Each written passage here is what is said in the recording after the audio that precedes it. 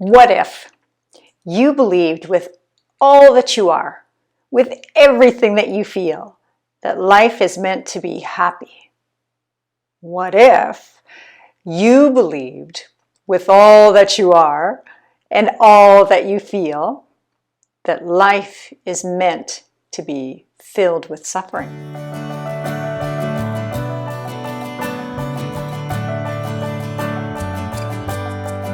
Our quest for clarity today is a quest to discover why we're here. Now, that's no small task, because why we are here is a huge question for all of us. Now, I don't mean why are we here as in I'm meant to be a doctor and heal people, or I'm meant to be a world-class pianist and entertain the masses or move people with music. In my mind, those are our purpose, that is our purpose rather, but what I'm talking about is kind of our baseline, our fundamental essence of what we believe life is meant to be. So if we're here for a certain amount of time, 75, 85, 95 years, let's say on average 80 years, if we're here for a lifetime on the planet, what do we believe that time is meant to offer us? Or what is that time meant to provide us? Or what are we supposed to provide in that time? I guess you could think of it that way as well. So that's what I'm talking about. So it's not your life's purpose, your work that we're talking about, because I think that comes a bit later in this conversation. But I think what we need to be clear about is what we believe the course of our life is meant to offer. And that's why I opened with, what if you believed life was meant to be happy, or meant to be filled with happiness? Or what if you believed that life was meant to be filled with suffering?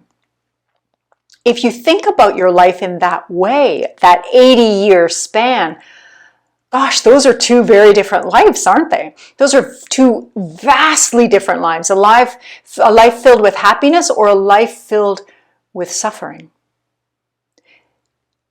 Maybe let's break it down a little bit more.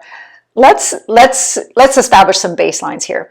So say that you believe, and I know that you do because you're here and you're listening or you're watching, you believe that life is meant to be, or your life is meant to be, one of growth. So that in that 80 years that you're here on the planet, I hope it's longer, but in that 80-year average that you're here on the planet, I think that you believe, because you're here, that life is about growth, that life is about change, that life is about reflection, so that you can move through and add something to the planet, or add something to the people in your life, in your family, in your social circles, in your community, that you can be more. And so if you believe that in that time here, you are going to grow, you are going to learn things, well, are you going to do it from a place or in a place of happiness? Or are you going to do it or from a place of suffering? Now that is the question. So that is what I mean. What is your essential belief about the tone that is meant to be your life? I guess that's really what I'm asking.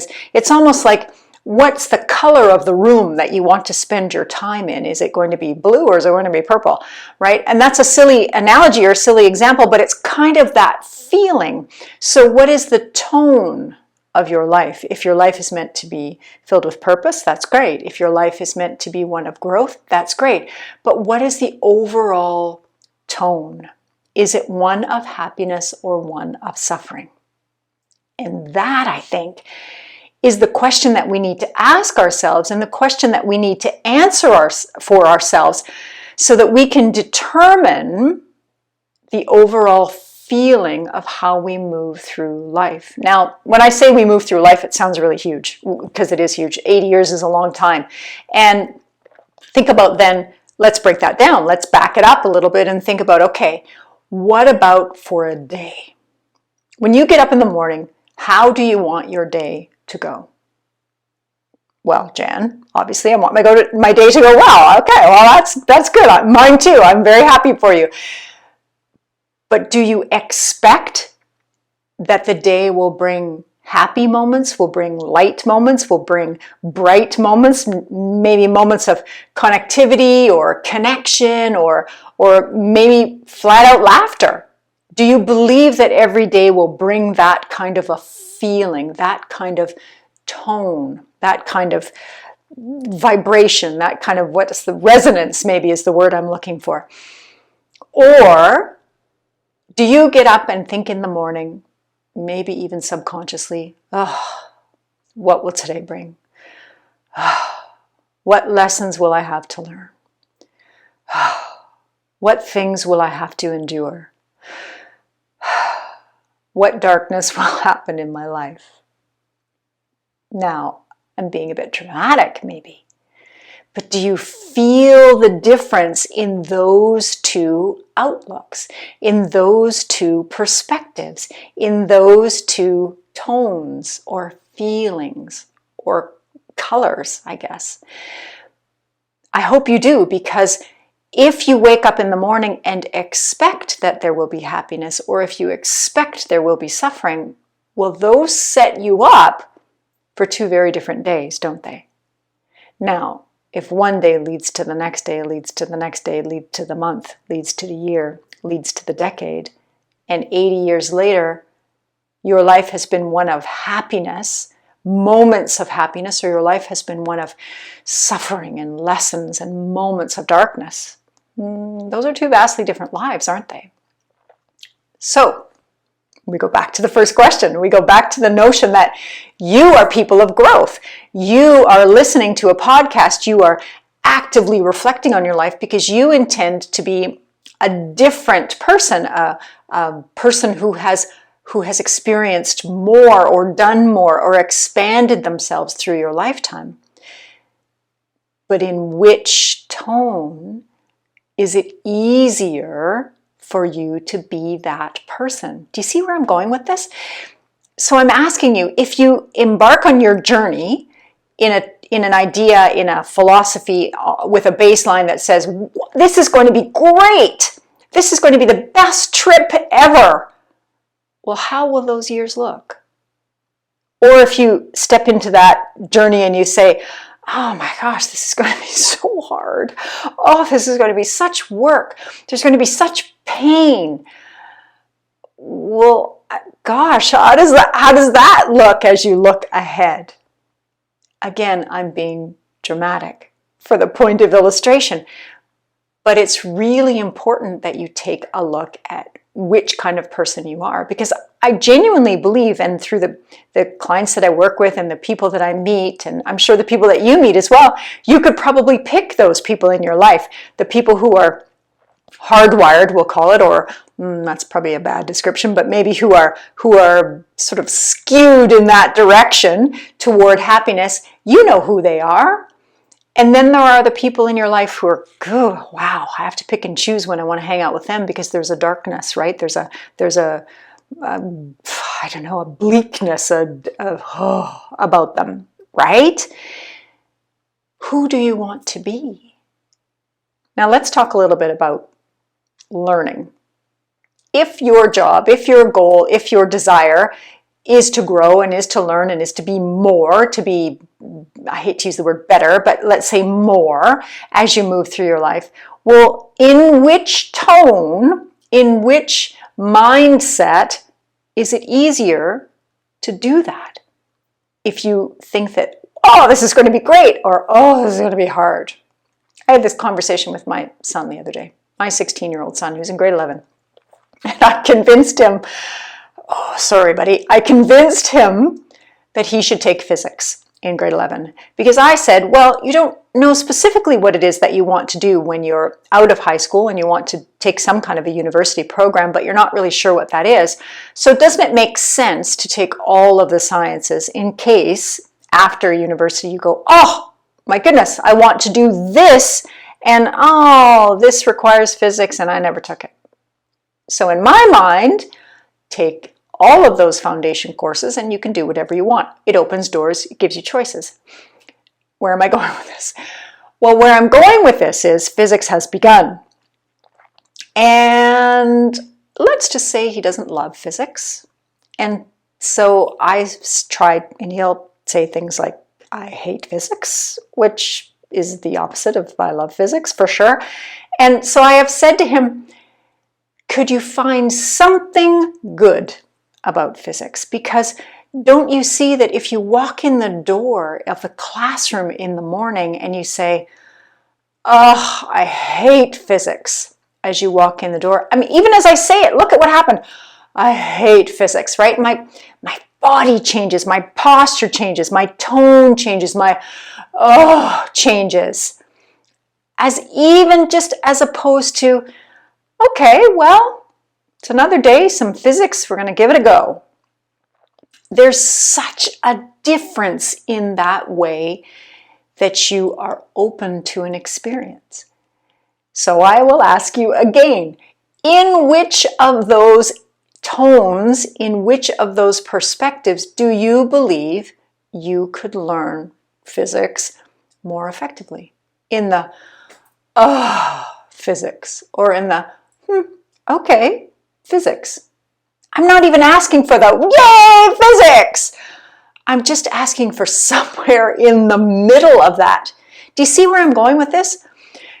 So if before you walk into an experience, before you walk into the day, before you walk into your life, what is the tone? What is the feeling? What is the mindset that you are going in with? That's what I'm asking you to think about. Because I know, absolutely, unequivocally, without exception, that I have a better experience, a better time, a better sense of growth and expansion in anything that I do when I can approach it positively. Really, can't you? And think about, maybe a learning experience is probably the best way to do that. Think about high school or university or the last time you took a course through work. And think about how you stepped into that. How did you approach it? Did you say, okay, this is not what I thought I wanted to do today. This is maybe not the best course that I ever wanted to take or the most exciting, but I'm going to embrace this and get at least one thing out of it. It just goes click and changes your perspective. So if you could approach your life like that, believing that there are moments of happiness, believing that there are long stretches of happiness, believing that the overall story arc, the overall feeling of the movie that is your life is happy, whoa! Game changer, isn't it? So what am I asking you to do? Well, I'm asking you to figure it out. I'm asking you to actually take a look at your life. Look backward if you have to, because sometimes that's easiest, and say, okay, would I consider myself a happy person? Some of you might say, well, no, I'm serious. Okay, well, you can be serious and happy at the same time, right? You don't have to, I'm not talking about bubbly and joking and comedic all the time. I'm just talking about a general feeling that life is a positive experience, that life is a fruitful experience, that life is a growth-minded experience. That's what I'm asking you to look for. So if you look back at your life, or if that's difficult for you, you don't want to look back, then look at your now and all of the things that are going on in your life. Is there an excessive amount of drama? Does it seem like life is one problem after the other? Does it feel like you kind of jump from one, what's the expression, out of the frying pan and into the fire, because it always feels like there's some turmoil going on either in your life or, hear this, or drama in the lives of the people that surround you? Because that's part of you too, isn't it? So look at your life now. Is it filled with a version of suffering, or is it filled with a version of happiness? And from that, yes, from that, you can very easily tell which one of those people am I? Am I a person who believes that I am on this planet? I am here in this lifetime, my 80, 90, 100 years, I am here to be happy. There'll be dips. There's always dips. But generally, I'm here to be happy. Or are you the kind of person that believes that, oh yeah, I'm going to grow, but it's going to be hard work. I am going to suffer the whole way through it, and I will learn through the school of hard knocks, and life will beat me down, and I will get up again, and I will persevere. Does that sound like how you want to live your life? Yeah, me either. So please take a look. Take a look and ask yourself, at the root of my belief system, at the root of my feeling of who I am and why I'm here, am I supposed to be happy? Do I deserve to be happy? Is it my divine right to be happy? Well, I think the answer to that is yes. And I would like you to believe that the answer to that is yes as well. So begin to find those moments of happiness. Begin to find those moments of brightness and focus on those. Focus on those moments in the day. Just the day, not your whole life. Not your whole life. Don't look back now and go, oh my God, that, and oh my goodness, this, and oh my goodness, that other thing too. Just focus on the day. Focus on the day and find some bright spots in the day. And then tomorrow, you'll get better at it. And the next day, you'll get even better at it. And the next day, yeah, you guessed it. Guess what? It's just a practice. It's a shift in perspective because I want you to be happy. You want you to be happy. So allow yourself to be happy by focusing on the moments that do that for you. I know, I get it. Sometimes it's easier to say than it is to do. It is a habit that you have to begin to focus on the things in your life that bring you some, if it's not joy, at least find peace. Okay? Begin with peace in your life, or calm, or quiet. And then slowly move toward things that bring you joy. Give it a go. It really is worth it. At the root of it, ask yourself, what is it that I believe my life is meant to be? Suffering? Nah. Happy? Yes. My name is Jan Bailey, and I am so happy, always happy, to hang out and chat and ask some of these big questions and hopefully get you to think about things in a different way. If you've enjoyed this, please rate, please share, and please subscribe. I would love to hear your comments and your ideas and your suggestions. All of that is valuable to me, and I do appreciate it. If you'd like to know a little bit more about me, check out theclaritycoach.ca. You'll find out a little bit more about who I am and what I do. And remember, clarity is a process. It's a practice. It really is. It's a practice. So be mindful, be open, and above all,